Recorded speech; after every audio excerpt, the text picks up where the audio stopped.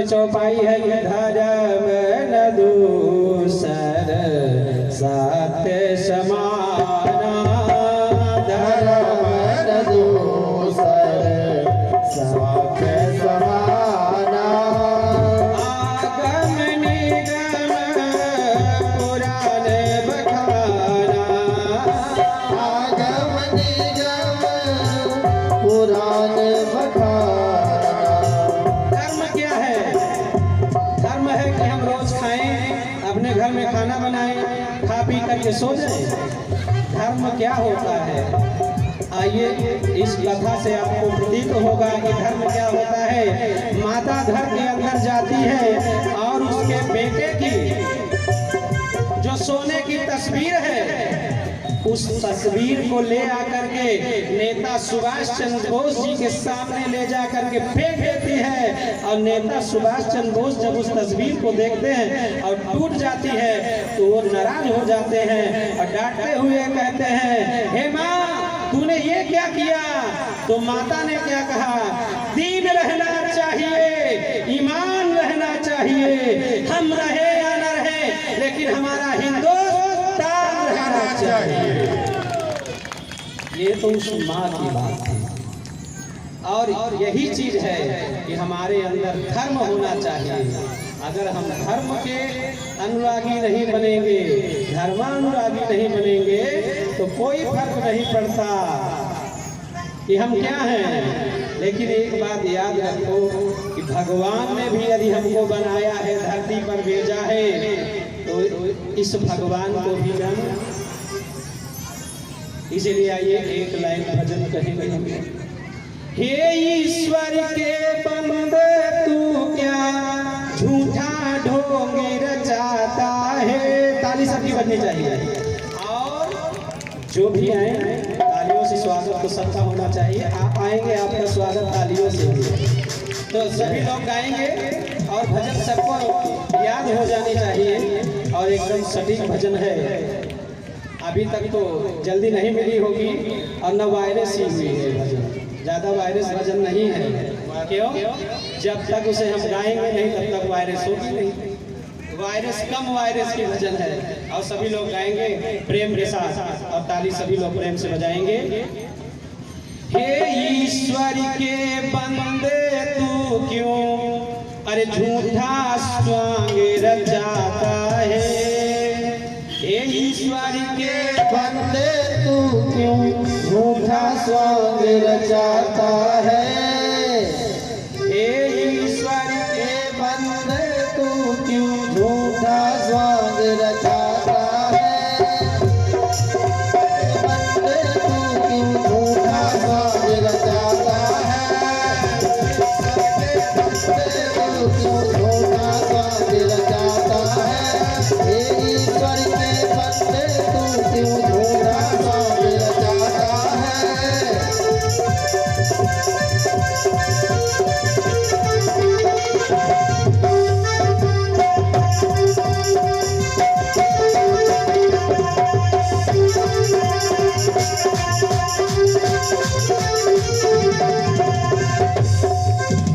अंदर की कालिक ना धोई गंगा रोज नहाता है। अंदर की कालिक ना धोई गंगा रोज नहाता है। अंदर की कालिक ना धोई गंगा रोज नहाता है। ईश्वर के बंदे तू क्यों झूठा ढोंग रचाता है। हे ईश्वर के बंदे तू क्यों झूठा ढोंग रचाता है।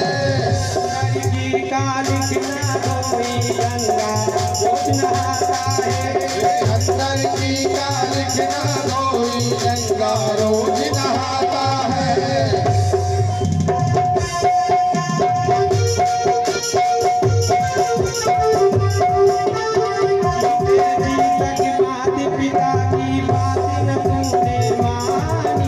जीते जी तक मात पिता की बात न तूने मानी।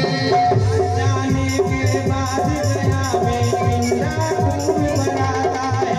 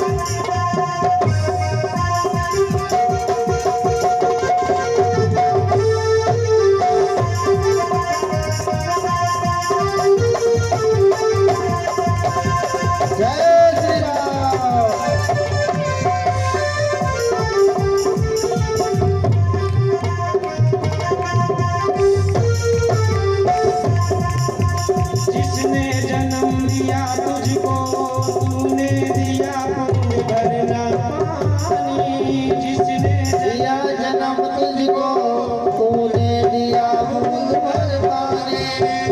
मर जाने के बाद गया में पिंडा खूब पराता है। मर जाने के बाद गया में पिंडा खूब पराता है।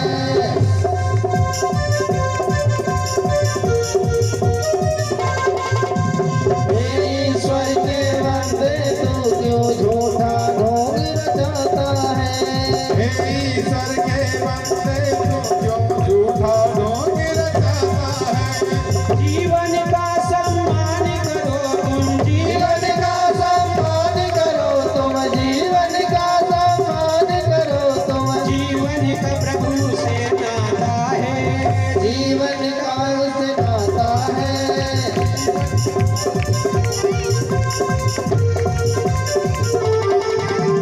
इस शरीर के अंदर ही तो बसता भाग्य विधाता है। इस शरीर के अंदर ही तो भसता भाग्य विधाता है। इस शरीर के अंदर ही तो बसता भाग्य विधाता है। इस शरीर के अंदर ही तो भसता भाग्य विधाता है। मन को शांत किया ना प्राणी चंदन रोज लगाता है। मन को शांत किया ना प्राणी चंदन रोज लगाता है। मन को शांत किया ना प्राणी चंदन रोज लगाता है। मन को शांत किया ना प्राणी चंदन रोज लगाता है। हे ईश्वर के बंदे तू क्यों झूठा ढोंग रचाता है। हे ईश्वर के बंदे तू क्यों झूठा ढोंग रचाता है। झूठा ढोंग रचाता है। क्यों झूठा ढोंग रचाता है। अंदर की तालिख ना धोई, अंदर की कालिख ना धोई, गंगा रोज नहाता है। गंगा रोज नहाता है। हे ईश्वर के बंदे तो क्यों झूठा ढोंग रचाता है। हे ईश्वर के बंदे तू क्यों झूठा ढोंग रचाता है। अंदर की तालिख ना धोई, गंगा रोज नहाता है। अंदर की कालिख ना धोई, गंगा रोज नहाता है। बोले राजा रामचंद्र की। अच्छा, आपको सब लोगों ने अपनी अपनी काली धो ही लिया होगा। और हम लोग अब कथा में चले। अब राम की कथा हमें सुनना है, राम के बारे में जानना है। राम तो अपने बाप के अच्छे बेटे थे। अब इसमें ये जानना है कि हम आप अपने बाप के अच्छे बेटे हैं या कि नहीं, ये जानना जरूरी है। राम बन को गए, बन गए। हम आप अपने घर में हैं, बने हैं या बिगड़ गए। कथा तो मैं बोलता, कथा ही बोल दूँ, लेकिन कथा बोलूँगा नहीं, क्योंकि ट्रैफिक बोलूँगा। उस ट्रैफिक से आप अपने को पहचानो, अपने को जानो कि मैं कौन हूँ, मैं कहाँ खड़ा हूँ, मुझे क्या करना चाहिए और किस अवस्था से मुझे रहना चाहिए, मेरी क्या व्यवस्था है। अगर मैंने राम को जाना तभी जान पाओगे जब आप अपने को जानोगे। अभी तो आप अपने को नहीं जानते, तो राम को कैसे जानोगे। कथा सुनोगे इस कान से और इस कान से जाकर के निकाल दोगे। राम को जानने के लिए आपके अंदर जिज्ञासा होनी चाहिए। भगवान राम आज से 9,13,000 वर्ष पहले महाराज दशरथ के महल अयोध्या में उत्तर प्रदेश में ईश्वर ऊपर से नीचे आया था। और हम लोग नीचे से ऊपर जाते हैं, मरने के बाद ऊपर ही जाता है ना, पता कुछ नहीं। अब हमने आपको जोड़ गांठ के बता दिया कि 9,13,000 वर्ष पहले। अब जोड़ गांठ लीजिएगा आप लोग कि आज से 9,13,000 वर्ष पहले भगवान राम इस धरातल पर आए, वो भी उत्तर प्रदेश में। और उत्तर प्रदेश में महाराज दशरथ के यहाँ उनके महल में उनका जन्म हुआ। शेष कथा तो आप जानते हैं। और रामचरितमानस में 5 लीला उन्होंने किया। 5 लीला का वर्णन है और 2-4 लीला हम भी लोग सुनाएंगे आपको, लेकिन विषय और भूमिका का पहला दिन है, इसलिए आपको बताते हुए कि लीला हम सुनेंगे, लीला की कथा देखेंगे, लीला को समझेंगे। लेकिन राम अपने बाप के कैसे बेटे थे ये हम बहुत दिन से सुनते आ रहे हैं। हम आप इस कथा को सुन करके अपने बाप के कैसे बेटे हैं इसको जाने, इसकी व्यवस्था की जरूरत है। तभी जगन्नाथ सेवा संस्थान की ये कथा साल बैठी। संस्थाएं जो कथा कराती हैं कुछ और नहीं कराती, पहले लोगों को जगाती हैं और जागने से व्यक्ति के अंदर, व्यक्ति तो सो रहा है। भगवान माता पार्वती ने भगवान से पूछा, हे भोले मुझे कोई ऐसी कथा सुनाओ जिसमें सब कुछ हो। तो महाराज पार्वती से भगवान शंकर ने कहा, कौन सी कथा सुनना चाहती हो? कहा, एक दिन बाप सुना रहे थे कि मोह निशा सब सो निहारा और देखे स्वप्न अनेक प्रकारा, सब स्वप्न में सो रहे हैं। बात समझ में नहीं आई बोले, तो कौन सी कथा अच्छी है और कौन सी कथा हमारे जीवन में धंसती है, देखना ये है। भगवान ने बाल लीला किया, अच्छा था। भगवान ने बिहार लीला किया, भगवान ने रण लीला किया, भगवान ने वन लीला किया, भगवान ने बहुत लीला किया। और हम भगवान के बंदे हैं, हम भगवान की कथा सुनना चाहते हैं। और भगवान की कथा कैसे सुनेंगे, इसके लिए हम आप पंडाल में आए हैं और कथा सुनना है। आइए हम आप कथा की तरफ चलते हैं। कथा कहने से पहले हर एक चीज बाजार में आज तब्दील कर दी गई, चाहे वो कथा हो चाहे जो भी हो, सब बाजार में तब्दील हो गई, दुकान बना दिया गया। कहा कोई फर्क नहीं पड़ता इस देश का राजा राम हो या रावण हो, कोई फर्क नहीं पड़ता इस देश का राजा कौरव हो या पांडव हो, कोई फर्क नहीं पड़ता। क्यों? जनता तो बेचारी सीता की तरह है, जनता तो बेचारी द्रौपदी की तरह है। अगर राम राजा होंगे तो क्या होगा? राम राजा बनने से पहले राज्य से निकाल दिए जाएंगे। ठीक ठीक कहा महाराज, अगर कौरव राजा होंगे तो भरी सभा में नग्न की जाएगी, अगर पांडव राजा होंगे तो भरी सभा में जुए के दांव पर स्त्री को हार जाएगा। कोई फर्क नहीं पड़ता इस देश का। मैं इतिहास ही बोल रहा हूँ, पीछे कौन राजा था कौन। और महाराज कोई फर्क नहीं पड़ता इस देश का राजा हिंदू हो या इस देश का राजा मुसलमान हो। अगर हिंदू राजा होगा तो हम जला दिए जाएंगे और मुसलमान राजा होगा तो हम दफना दिए जाएंगे। कोई फर्क नहीं पड़ता इस देश में। और रामचरितमानस से ही बोल रहा हूँ, समाज में आज जितनी बुराइयां हैं उतनी बुराई कभी आप देखेंगे नहीं, लेकिन उतनी बुराई पीछे भी थी।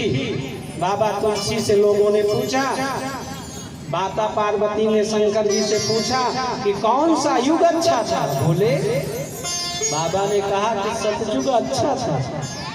कहा सतयुग में भ्रष्टाचार नहीं था? कहा नहीं। कहा द्वापर? कहा उसमें भी कुछ अच्छा था। कहा त्रेता? कहा उसमें भी कुछ अच्छा था। कहा कलयुग? कहा कलयुग तो बिल्कुल अच्छा नहीं। तो बाबा से रामचरितमानस में गोस्वामी तुलसीदास से पूछ लिया गया कि बाबा एक बात बताओ, अगर सब युग अच्छे थे तो माता पार्वती से भोलेनाथ ने झूठ बोल दिया या कि आप झूठ बोल रहे हो? देखना रामचरितमानस को चल करके बाबा ने अपनी लेखनी से लिखा है, आप लोगों ने हरदम पढ़ा है, हम तो कम पढ़े लिखे हैं फिर भी मंच पर बैठा दिए गए हैं। कम पढ़ा लिखा व्यक्ति ट्रैफिक ढूंढता है कि ट्रैफिक क्या है। आपके दिमाग में डाल रहा हूं, आप अपनी ट्रैफिक को ढूंढो। उसमें लिखा है बाबा ने, देखिए बाबा ने लिखा, अति भ्रष्टाचारा भाषण सारा, श्रवण सुने नहीं गाना। भीम जी देखे रामायण में कि नहीं? है ना? है ऐसा कि नहीं? आप बताइए कि चारों युग बहुत अच्छे थे, तो त्रेता में तो करवा रहा है रावण। रावण कह रहा है कि त्रास दो, जो अच्छा विद्वान है, अच्छा व्यक्ति है, अच्छा बोलने वाला है और जगत में जो ज्यादा यज्ञ अनुष्ठान करने वाला है, उसको पहले दबा दो, त्रास करो उसका। और क्या हो रहा है महाराज? जब उस जमाने में त्रास किया गया तो आज कल युग में त्रास नहीं होगा। हम आप सोचते हैं कि आज हम सब युग लेकर आएंगे, कहाँ से आएंगे? अरे बाबा ने साक्षात लिखा रामचरितमानस में। जोशी साहब आप देखिएगा रामचरितमानस में, जो मैं बोल रहा हूँ रामचरितमानस से बोल रहा हूँ, बाहर से नहीं। और मैं बता रहा हूँ कि हमारे आपके लिए कह दिया गया ये प्रजातंत्र है, लेकिन हमारे आपके लिए सजा तंत्र है। कहाँ पे प्रजातंत्र है? अरे सजा तो उस जमाने में रावण ने दिया। इसीलिए किसी कवि ने कहा, अमन बिक रहे हैं चमन बिक रहे हैं, अमन बिक रहे हैं चमन बिक रहे हैं, और लाशों से लेकर कफन बिक रहे हैं। अब मानो न मानो सही कह रहा हूँ, कमीनों के हाथे वतन बिक रहे हैं, कमीनों के हाथ वतन बिक रहा है। ये तो सिर्फ भूमिका क्या है, देखो आप, मैं रामचरितमानस में ही दिखा रहा हूँ। और सभ्यता जब बिकाऊ हो जाती है तो हर एक चीज बाजार में तब्दील कर दी जाती है। टेलीविजन देखते हो ना, खूब देखते हो, उसमें जब आपका पिक्चर चल रहा होता है, बढ़िया पिक्चर आ रही है, लगाए होते हो रिमोट और उसी में प्रचार आ जाता है, रिक्शा लो, गोदरेज लो, फलाना लो, ये लगवाओ, ये चीज करो। अरे सब बेकार है, मूड बेकार, उसमें मूड आपका बेकार है। आज तो सब चीज बाजार में बिकाऊ हो गई, तब्दील कर दी जाती है। कैसे? कोई टोपी तो कोई अपनी पगड़ी बेच देता है, मिलेगा दाम अच्छा तो जज अपनी कुर्सी बेच देता है। और तवायत फिर भी अच्छी है, फटक दिखती है कोठे पर, तवायत फिर भी अच्छी है, फटक दिखती है कोठे पर, पुलिस वाला तो चौराहे पे अपनी टोपी बेचता है, वो भी बिकाऊ है, बिकाऊ की नहीं। ये सभ्यता बिकाऊ का दौर है। और मैं वो अपनी, तो इसीलिए कहा गया है कि आज के हर व्यक्ति को अपने जिंदगी का इम्तहान देना चाहिए। इम्तहान तो हम देते हैं, जब हम पढ़ते थे, छोटे थे, बच्चे थे तो बहुत पढ़े लिखे, शादी विवाह हो गया तो सब इम्तहान देना भूल गए। और देना चाहिए, क्यों? इम्तहान जिंदगी में एक निशानी चाहिए, या खुदा हमको भी दुश्मन खानदानी चाहिए। आपका दुश्मन तो सब चाहिए ना। तो आइए हम आपको कथा सुनेंगे, सिर्फ कथा के लिए आए हैं। एक तो हमने सिर्फ कथा की भूमिका आपको बताई कि जब आज की सभ्यता बिकाऊ हो जाए तो आप क्या करेंगे। तो आइए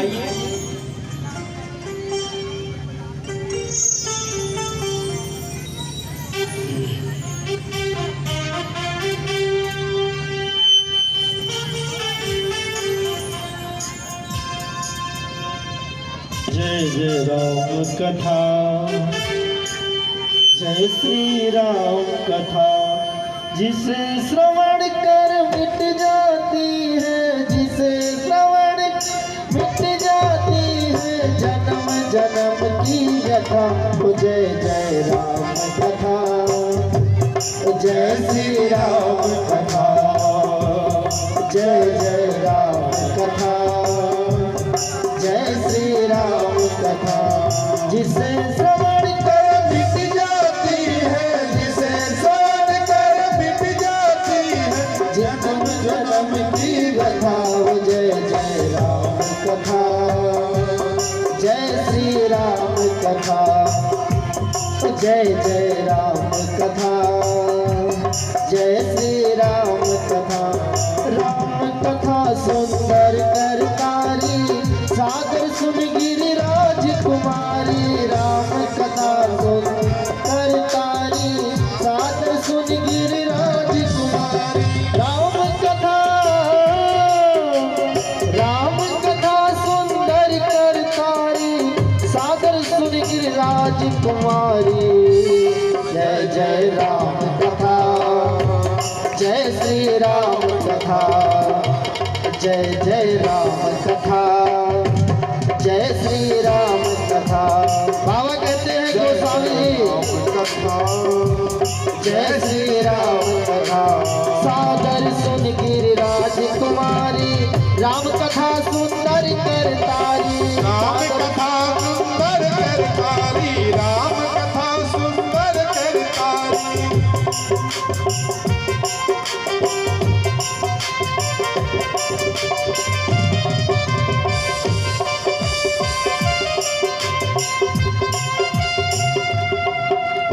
जिसे श्रवण कर मिट जाती है, जिसे श्रवण कर मिट जाती तो जन्म जन्म की व्यथा।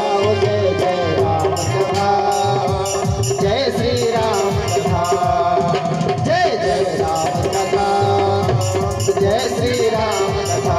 जिसे श्रवण कर मिट जाती है, जिसे श्रवण कर मिट जाती तो जन्म जन्म की व्यथा।